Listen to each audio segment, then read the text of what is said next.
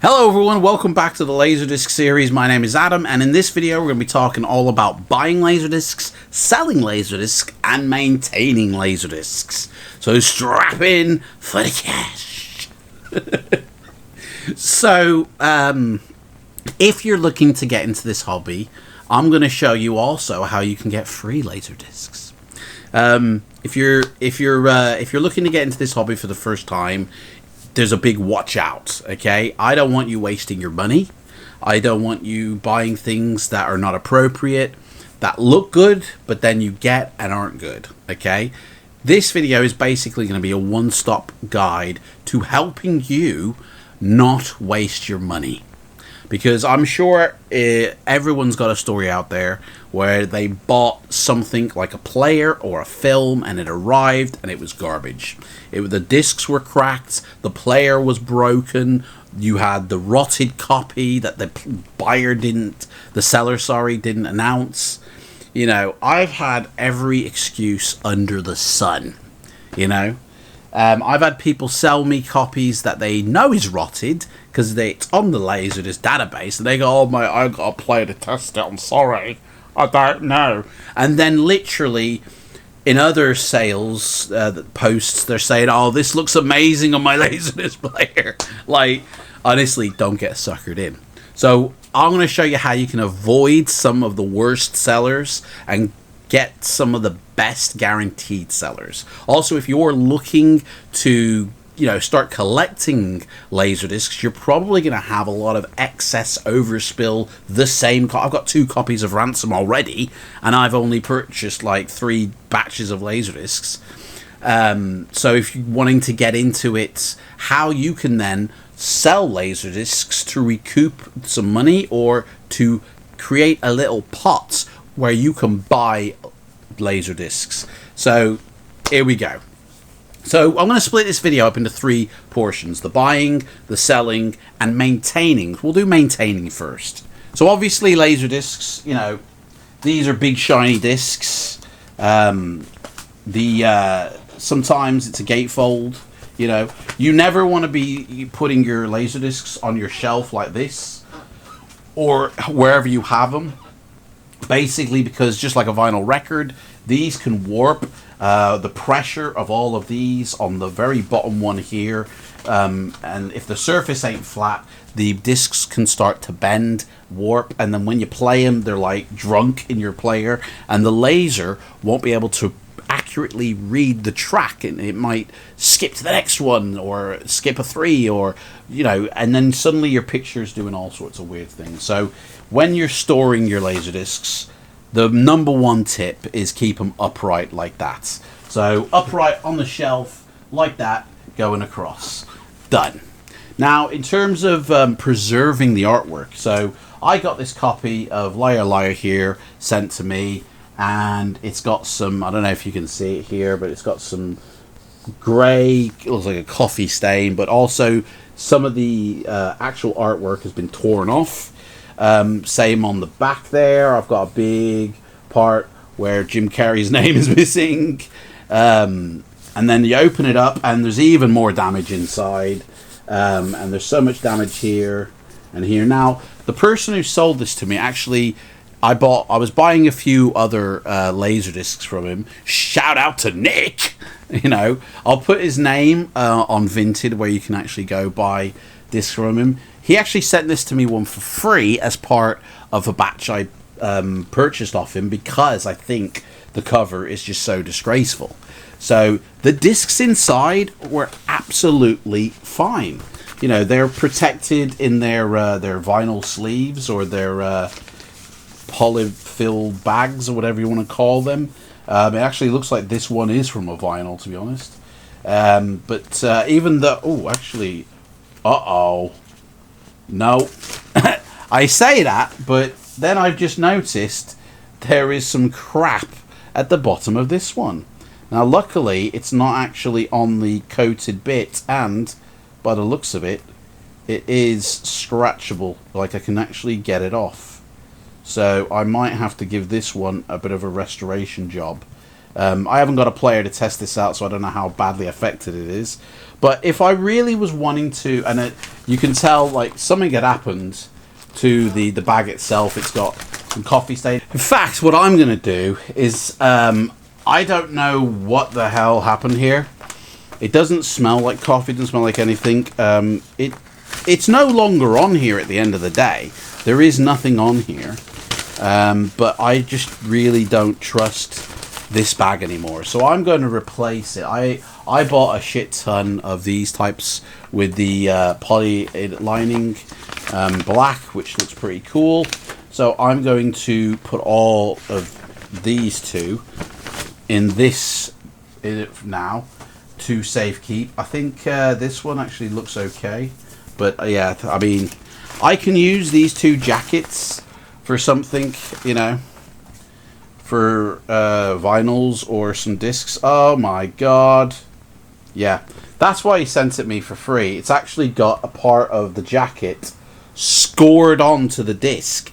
This will be unplayable. Like, that's unplayable, that ain't coming off without scratching the disc. So this copy of Liar Liar is worthless, basically, which is probably why he gave it to me for free. So yeah, that won't play. I'll still put it in this jacket because I'm going to try my hand at restoring it with some tricks up my sleeves. I'll report back if I do. But the jacket, obviously, I mean, I'm not too anal about it's got to be the mint copy, you know. I'm not too anal about that, to be honest. So I would not be bothered if it was or wasn't. Let me check to make sure that there's nothing. So there's some damage.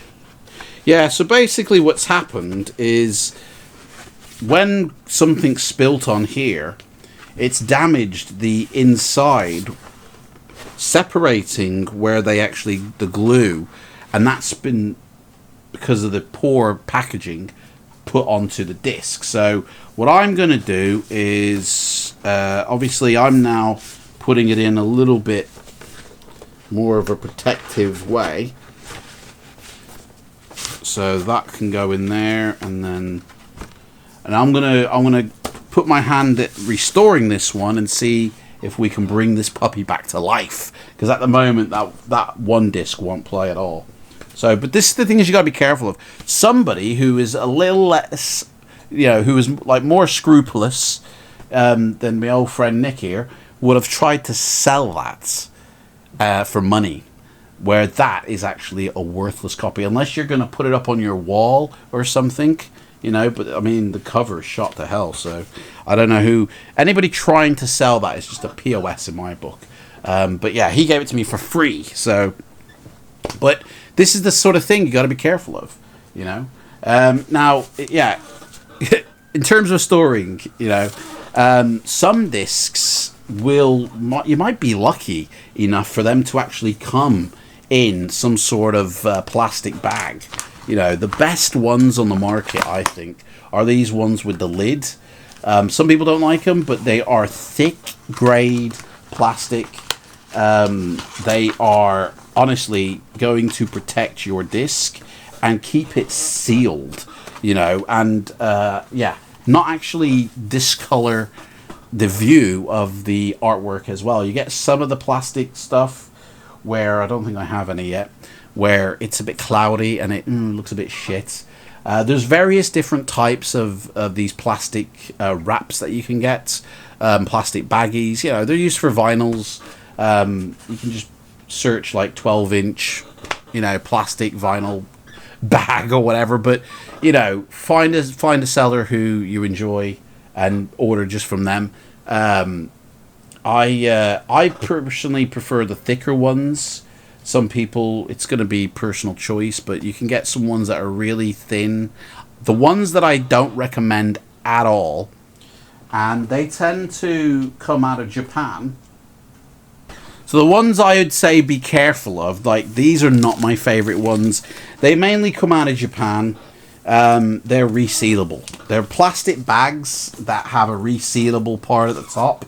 I don't recommend them because the glue that is on that resealableness of it, eventually will just go, and then you've got this flap hanging, and it's not actually doing its job then.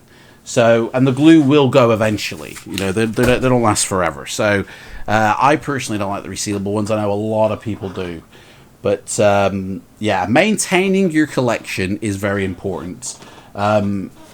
It's the difference between them lasting a long time or them ending up like Liar, where it's a complete rotter.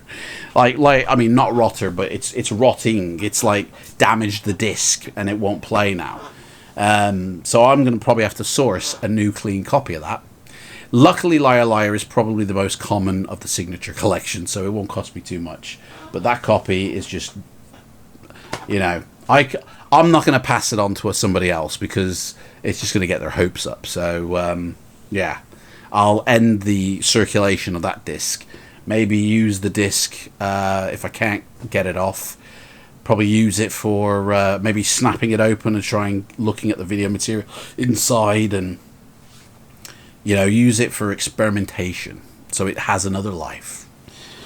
So, other ways to maintain, so cleaning your disc. So, obviously we take the disc out, and it's a big shiny CD in it. Now, I don't recommend using alcohol on this puppy. You know, you can get alcohol wipes. You know, like these alcohol wipes, I don't recommend because the alcohol over time can be quite destructive. You know, this is basically two pieces bonded together. So you do not want to be in a situation where that bonding has been compromised due to alcohol. Basically, all you need is some very soft cloths. So you can pick them up pretty much in any supermarket in the UK. In America, I don't know, but these aren't the ones because these are too abrasive. What the fuck is this? It's one giant one! For fuck's sake! Oh my god. You just can't... What the fuck did it say on this thing? Cotton dusters.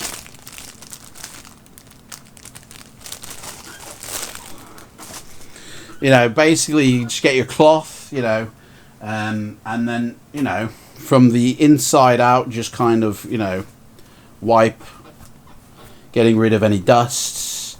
If you actually visually see anything on here, then you might want to pay more attention, but basically that is it. So holding it into the light, you can pretty much see if there's any marks. Now, Laserdiscs are very durable at the end of the day.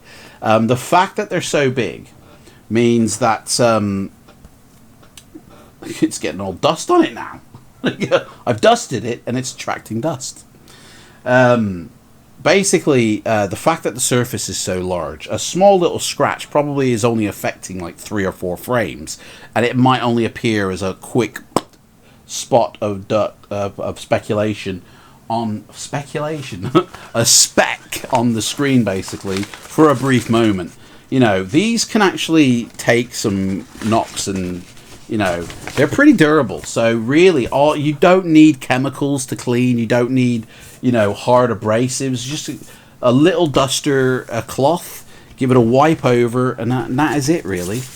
You know, you don't need to be spraying anything on here or dipping in liquids or anything like that. The maintenance is pretty low. As long as you keep it in a dust jacket, it'll last forever, and the artwork will remain. Don't keep them in sunlight or near a window. So sun is fading, you know, over time they will fade. You know, keep them sort of away from the sun rays. Right, so that's basically maintaining. So let's go into buying. The best places to buy. So there is a little bit of a procedure, I would say. If you're new, or even if you've been in this for a while, you probably know this, but this is personally what I first would do. Go to your local city. Go to every charity shop, every clearance warehouse, every thrift store, every place that sells secondhand junk. And just go check there for films, for players, for anything related. And speak to the person in charge and leave them your phone number and say, I am on the lookout for LaserDiscs or LaserDisc players. If you get anything, give me a shout and I'll come and get the lot. Now, the reason I say get friendly with the owners of these people is because there is a business known as clearance house.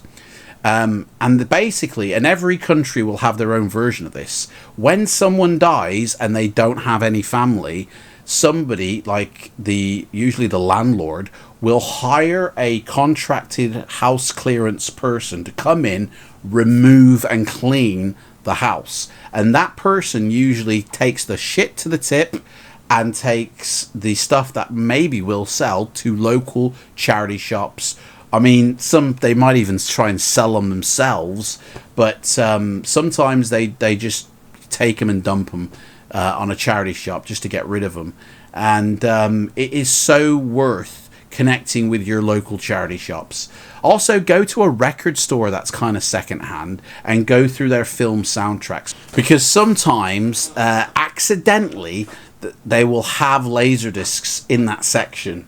They might have got a job lot of vinyls, soundtracks, and you might go, oh, actually this is a LaserDisc, because it unless it actually says LaserDisc or AC3 on it, the vinyl person might just accidentally think it's a actual vinyl. The Pulp Fiction LaserDisc, the original release, and the soundtrack have the exact same cover. So unless you pick it up and feel, is that a vinyl in there? Or, even these new vinyls that are heavyweight, 180 gram, they actually feel like a LaserDisc. So it's so easy. And the same thing happened to me. There's a vinyl place here in Liverpool, and I contacted them and I said, do you have any LaserDiscs? And they actually said, yes, we do. One came in and we don't know what to do with it. I said, I'll be right round. And it was this Stargate one. I grabbed this for a $5, basically, because they didn't know what to do with it and they didn't want it. And so I said, cheers, thank you very much. And they gave me the cover, this clear cover, for free. Now, this is one of those that is a little bit cloudy. It's a little bit frosted. You can't actually see through it at all, really. So, but when you put it on, it doesn't actually get in the way of the actual artwork itself. So it's fine. But yeah, check local stores first. Get pally with them, leave your details.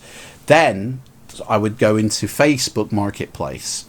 I would also maybe check the local columns in adverts, because some older people will still create in the local newspaper, a advert to sell things. That's just the way they're used to doing it. They're not computer savvy. So checking local listings of newspapers, I would say, is a great bargain, because that's probably where you might find the best stuff. But check out Facebook Marketplace, put the distance to below 10 miles, and see who lives in your local area who might be either buying or selling themselves. And if you can source locally without even having to leave your city, where you can go and collect this stuff, you're going to cut in half the cost of getting it, because you don't have to pay postage. You can just go pick it up and grab it yourself. Same with eBay, Vinted, Gumtree. Make sure you just knock it down at 10 miles, check your local area. Once you've done that and you haven't found anything, or you may have found something, then start expanding 25 miles, 50 miles, 100 miles, and check within these small bands every single time, because there could be somebody who's just like 30 miles away or 70 miles away who is still reachable, by car, by transportation, and cutting out that postage cost. Once you've done all of that, there are other online avenues. The LaserDisc database. There's actually got a marketplace that you can buy directly from the seller. Now, this, I would say, is your safest bet over places like eBay, Vinted, even Facebook or Gumtree. The LaserDisc database is always got the eyes of that community on it, and I find that to be more honest, although you do get the odd unscrupulous character overcharging. But I also find the prices on there are realistic, And there will be multiple copies being sold at multiple levels. So you can always just go for the one that suits you and go, I'll have that one. You know, rather than have to put up with the price that it's being listed on eBay. I do find prices on eBay can be very inflated, which we'll talk about in the selling side of this. But if you're buying, if you're a first-time buyer, you've got to be really careful. You know, there are a lot of people out there who are selling just because they want to get rid of things, right? That's fine. But there are also people selling because it's their business. They're now in the business of selling Laserdiscs to make money. So they're out to make money. They're not going to, you know, pay the postage fee. Like, I don't think anybody should be paying the postage fee except the buyer. But they are going to try and make money on the postage. They're going to try and overcharge on the disc because it's their business. Now, I'm not saying this is true of every single person, but a good majority of sellers who are selling vast amounts of Laserdiscs are probably doing it because it's their business. That's my point. So just be very savvy. Don't go onto eBay, I would say, and find a disc and go, oh, that's what I want. But it's like 200 quid. And then you could, like, you're thinking, I was thinking about 50 quid, mate. You know, wait. If, like, Laserdiscs will weirdly find you. Like, I've only been back into collecting Laserdiscs for maybe about a month, and I've already got 50 discs, like, without even thinking. And I've got another, you know, 40 on the way being shipped from Japan. So, it's, don't think that if I don't buy this one, it's never going to come up again, because that's just simply not true. Wait for the right price and it will come to you. You know, it's like Field of Dreams. You know, think it, or let's build it and they will come. Think the price and it will come. It's like, Laserdisc has this weird magic about it, right? That it just, they will come to you eventually. You know, they will find their way to you. That's why I'm kind of like resting in ease in the fact that I had all these Laserdiscs, you know, with my old collection. And I wish I had them all. And I know one day I will. I'll get them all back. They'll find their way back home. I know it. And that's just the way it is with Laserdisc. It's weird. It really is. So just be careful when you're buying. Make sure, like, the best source on eBay, I would say, are you only get it randomly. It doesn't happen all the time. But somebody will just put up a job lot. 500 discs. You know, nearest offer. Come collect only. And if it's in your local area, boom, you're on a winner. That happened to me. Unfortunately, I was working when the listing was finalized, so I couldn't place a final bid. But it literally was like 30 minutes up the coast where I live, and they were selling 184 discs. Some of them which I've got, but most of them which I can sell. And I was like, I can get this. This is so doable. And but I literally didn't put a final bid in, and somebody got it instead. So I was just like, oh, damn. So, yeah. You just keep checking every week or every other day, and there'll be a little gold mine that pops up.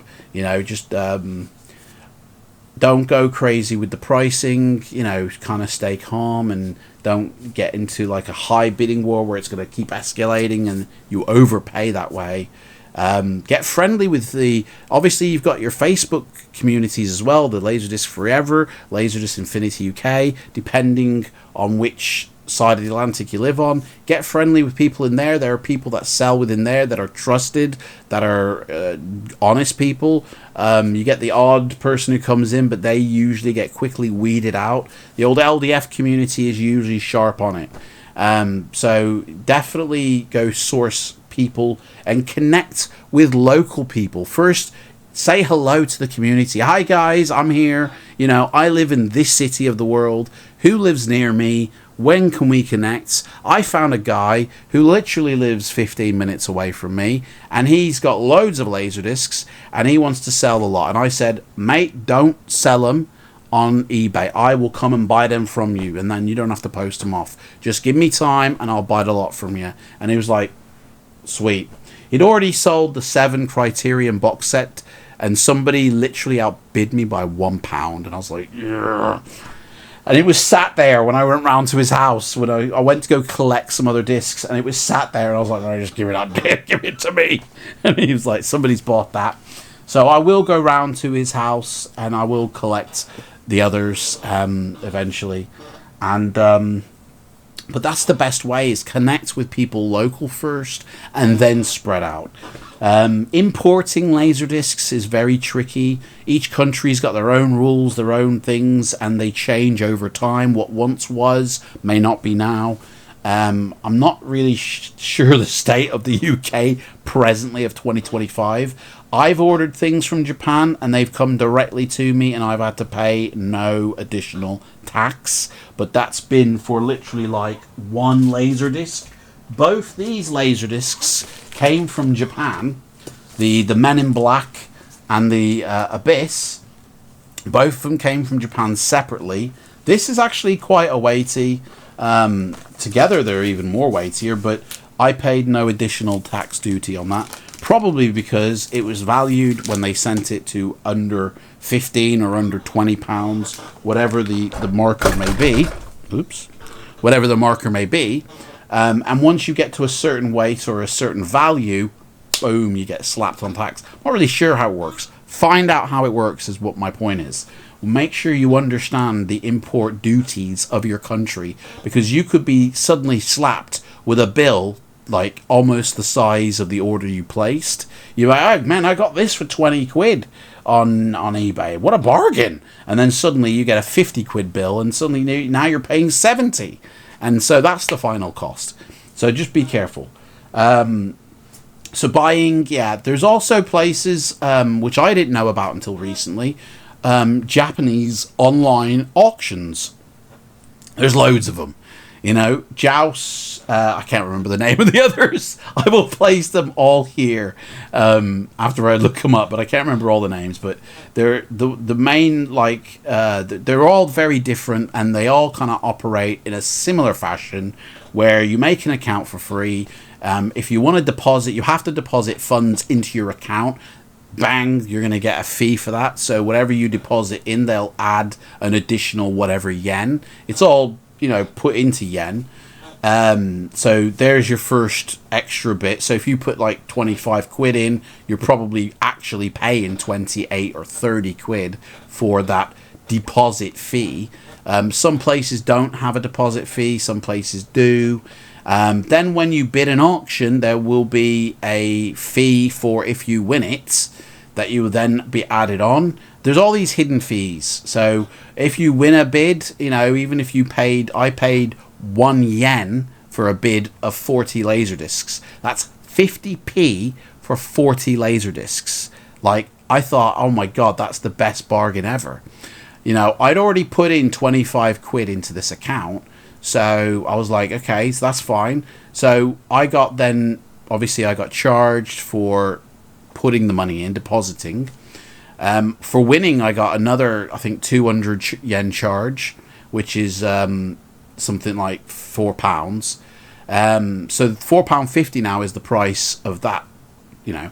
Then for the seller to send it to the warehouse, they then charge you, some places will charge you a transportation fee. These people didn't. I didn't get charged that transportation fee. But what I did get charged was for them to process it, like a processing fee. That was 500 yen. So now the price is up to something like a tenner, you know, which is still not too bad. And then comes the sale or the sending it across, which actually worked out to be about 60 quid. So all in all, through all the fees and what I imagine the import duty to be, it will have gone up to about 100 quid, about 90 quid, £100, all in all. So for 40 discs, you do the maths, that's how much per disc it cost. So when you're buying online, you just got to be careful. Now, if you look on eBay, if you look on Facebook, you'll see loads of people suddenly selling loads of Japanese films. It's because they're buying them cheap in auctions, getting them sent to them, and then selling off either what they don't want or just selling off the entire lot and making a profit on it. it is actually relatively easy to do if you've got that original startup capital. You probably need at least £100-200 startup capital to get a good lot. So you can get, they sell them in lots, like, and the reason, like, so, you know, so selling, we're in the selling now phase of this. Selling, kind of like, from Japan, the view is these LaserDiscs now, especially this one, they're called junk. Even if they're sealed pristine, to them it's junk because it's an old format. They're using probably Blu-ray or 4K by now, or DVD, and these are not worth that much to those local people, so they classify it as junk. Now, for instance, so if we look at this actually has got a little bit of a blemish here where the disc, it's got some ring disc wear on it. This will be classified as extreme junk because the disc itself has actually scored the jacket itself, and there's some edge wear here. This will be classed as proper junk, and this is fine for me. Like, I think that is absolutely fine. There is not actually, I mean, you can't really see the ring wear there, but like, it's not too bad. But in Japan, this would be like extremely junky. Their level of junk is much, much higher, I would say, or maybe much, much lower would be the word, than what maybe yours is. So just the slightest blemish, or even the fact that it's sealed new, but it's just old, is junk. So if they say this whole lot is junk, it could mean that it is actual junk, or that it's just not worth anything to that person, so they classify it as junk. So buying from abroad and importing it in can be tricky, but can also be very rewarding. You can get some really, I've seen some late 2001 releases being sold for like 30 quid.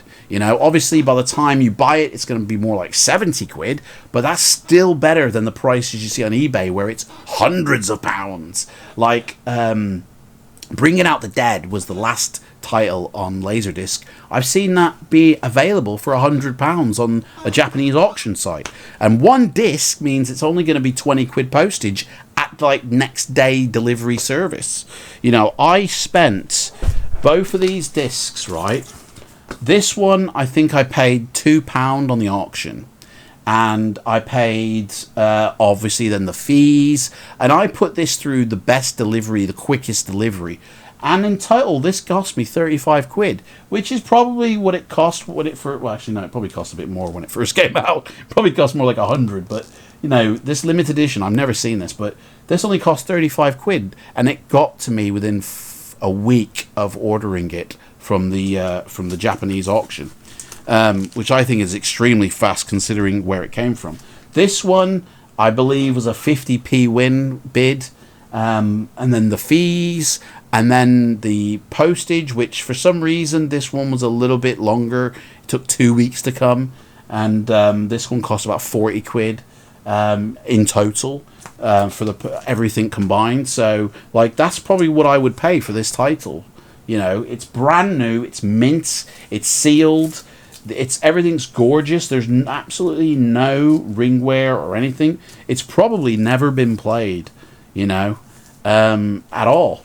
But they call it junk. Anyway, so if you're looking to sell LaserDiscs now, you know, obviously you can do it on eBay, Vinted, Facebook Marketplace, Gumtree, the Facebook Forever, the LaserDisc Infinity UK, Facebook forums, the database site itself. But please, oh please, if you're looking to sell LaserDiscs, stop putting up, like... all the most commonest films in one lot and asking £100 for it. I've seen on eBay Speed, True Lies, Executive Decision, like some of the most common titles you have. There would be 6 of them in a lot, and it'll say rare LaserDiscs, £100, mate. Unless the actors who are in them films are delivering each disc to me, like, you can get Speed for like 2 quid for a quid or $1 because it's that common. It was printed by the millions back in the day. Like, it's such a common title. There are so many sellers on eBay that are selling common titles as if they're the next coming, as if they're so rare you'll never see it again. And they're usually in the same, you get the same batches of common titles, and they're all the 90s action stuff, you know, True Lies, Speed, Air Force One will be in there, Eraser will be in there. They're two discs in America that are rotters. So yeah, so many common packs, and then they sell them, and it's like, maybe take each common and put them with other not less common packs, which will justify that price. Another thing I find is that some people as well, and this you've got to be careful of, you'll buy a lot and there will be rotters. This one was sold to me off eBay.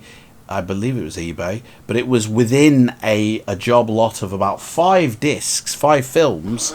I didn't know that this was a rotter myself because I hadn't checked the Laserdisc database. And when I was entering all these on my account, it said avoid this release.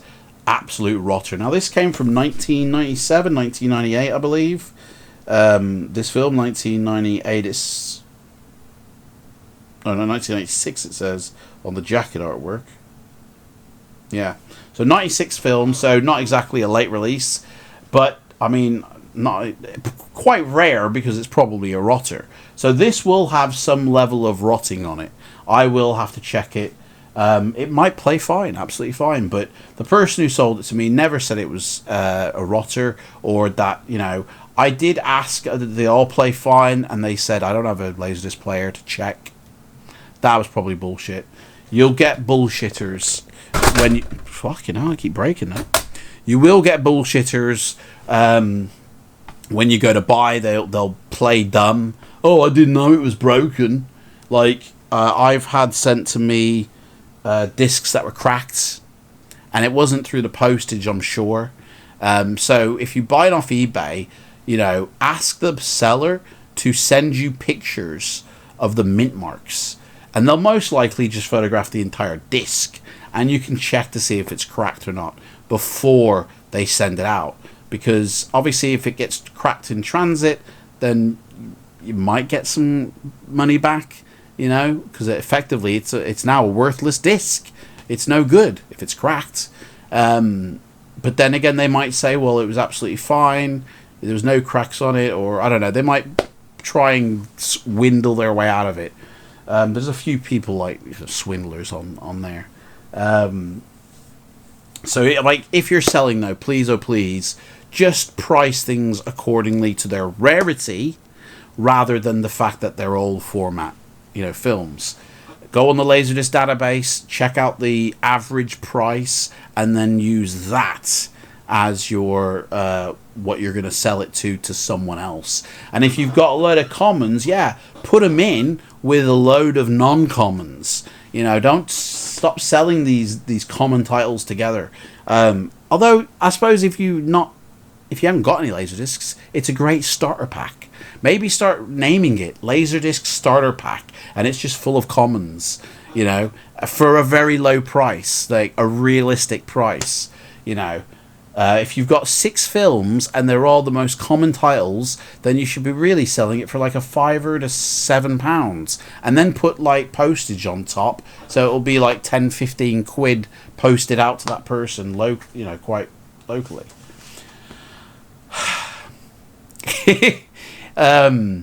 I think that's pretty much it, to be honest. Buying, maintaining, selling, we've covered it all. The free way that you can get Laserdiscs is if you import them from Japan and you sell them to local people or to people where postage you're not paying that much on. And the disc, you'll be charging anything from 3 to 10 per disc, whereas you've paid per disc like 1 or 2 quid. You'll literally double your money.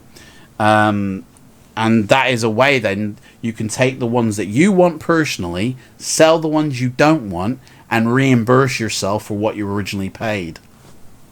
Free Laserdiscs. And I'm sure there are loads of people out there doing it. That's why there's so many people selling Laserdiscs. You know, Japan are shifting them by the boxfuls. I saw one of these listings, these Japanese listings, which I'm so glad that I didn't buy, when it ended, it was only 50 quid, right? 11 boxes of LaserDiscs, each box containing 40 discs. You've got 40 films per box, and you've got 11 boxes. You've got 440 films. For 50 quid, man, that is brilliant. But obviously, you're going to get absolutely butt fucked in the postage of that, especially to America, where I think it's probably got to go further, unless they go out the other way over the Pacific, which is actually going round half the world. So you might as well go the other way where you're near land. But yeah, anyway. So I want to come back with another video. The next video in this series is how LaserDiscs are manufactured, from the mastering of the film to the playing of the film and everything in between. So thank you so much for watching. If there's any additional comments you want to put down below, trigger it down there, and I'll see you next time, guys. Take care. Bye.